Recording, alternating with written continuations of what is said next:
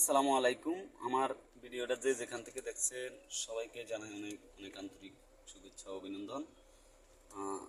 আমি যেই বিষয়টা নিয়ে লাইভ করেছি সেই বিষয়টা হচ্ছে যে বর্তমানে একটা আইন পাস করা হয় যে হর্ন বাজাইলেই 500 টাকা পাইন।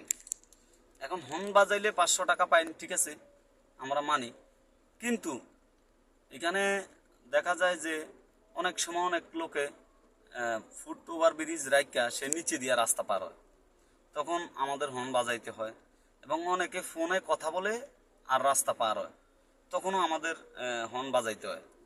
এরপরে অনেক সময় দেখা যায় যে ফুটপাত দিয়ে মোটর সাইকেলও চালায় এবং তখন মানুষ রাস্তায় চলে।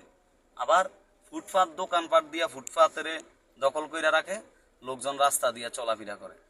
যখন মানুষ রাস্তা পারাপার হয় বা মানুষ রাস্তায় চলে, তখন আমাদেরকে হর্ন বাজাইতে হয় বাধ্যতামূলক।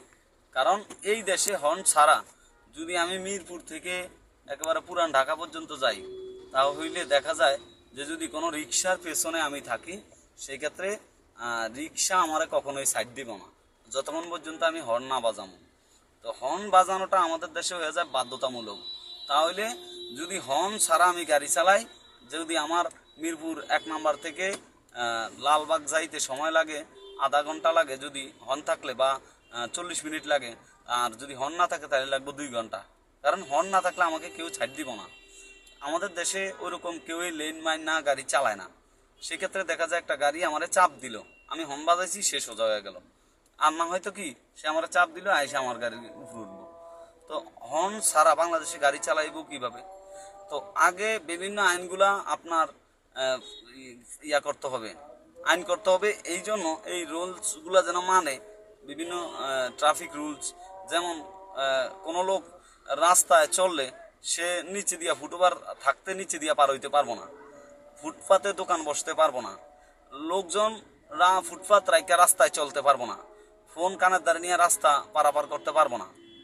বাস, দেখা যায় বাস গাড়ি তেইরা কইরা রাইকা কি করে যাত্রী উড়ায়, পুরা রাস্তাটা দখলে, সামনে ফাঁকা, পিছনে দুনিয়ার জ্যাম। এইভাবে তখন ওই বাস যেন স্টপেজ ছাড়া যাত্রী তুলতে না পারে, বাস তেরা বেকা কইরা কোনো প্যাসেঞ্জার তুলতে পারবো না। এবং বাসের যন্ত্রণা আমরা গাড়ি চালাই যাই না, হর্ন না দিলে বাস সরে না বা জায়গা দেয় না। হ্যাঁ, বাস কোনো আমাদেরকে কোনো কেয়ার করে না, ছোট গাড়িগুলা। তো সেক্ষেত্রে আপনি বাসগুলো আগে নিয়ন্ত্রণে আনতে হবে এবং ট্রাফিক রুলস যেন মাইনা চলে। হ্যাঁ, সবাই, আমি না, আমরা সবাই যেন মাইনা চলি। যেমন লেন পরিবর্তনের খাতিরে যে ফুটহাট লেন পরিবর্তন না করা, কোনো, যেমন আমি বামে যাবো, আমি ডাইনে ছিলাম, এখন আমি আস্তে আস্তে ইন্ডিকেটার দিয়ে আমি বামে লেন পরিবর্তন করতে হবে। এরকম যদি ট্রাফিক রুলসগুলা আমরা মাইনা চলি সবাই, তখন ওই আইন করতে হবে। এবং পাবলিক রাস্তায় চলা সব কিছু নিয়ন্ত্রণে আনতে পারলে তাহলে আপনার এই হর্ন বাজাইলে 500 টাকা জরিমানা এটা করতে পারবেন। কিন্তু ঠিয়া আপনি রোডে লোক সাইরা দিয়া আপনি যদি বলেন যে হর্ন বাজাইলে 500 টাকা জরিমানা, এই জরিমানা তো কে দিব? এটা খামখালি। এবং এই ধরনের কোনো আইন আমরা মানব না। আইন তখনই মানব যখন লোকজন রাস্তায় চলতে পারো, রাস্তায় ফুটপাত রেখে রাস্তার মধ্যে চলতে পারবো না, ফুটওভার ব্রিজ দিয়া পার হইতে হইব, রাস্তা দিয়া পার হইতে পারবো না, হেডফোন কানে দিয়া বা মোবাইল কানে রেখে কোনো রাস্তা পারাপার হইতে পারবো না। এবং লেন মানা, হ্যাঁ, সবাই লেন মাইনা চলতে হবে। এবং বাস স্টপেজ ছাড়া প্যাসেঞ্জার তুলতে পারবো না, বাস রাস্তার মাঝখানে দাঁড়ায়ও প্যাসেঞ্জার উঠায় নামায়। এবং এগুলা কি করবেন? তো সব কিছু নিয়ন্ত্রণে আইন না, তারপরে যখন দেখছেন যে না এবার আর হর্নের প্রয়োজন হয় না, তখন আর হর্ন বাজাবো না, হর্ন বাজাইলে বিনা প্রয়োজনে 500 টাকা জরিমানা করেন। এই হইল আমার দাবি।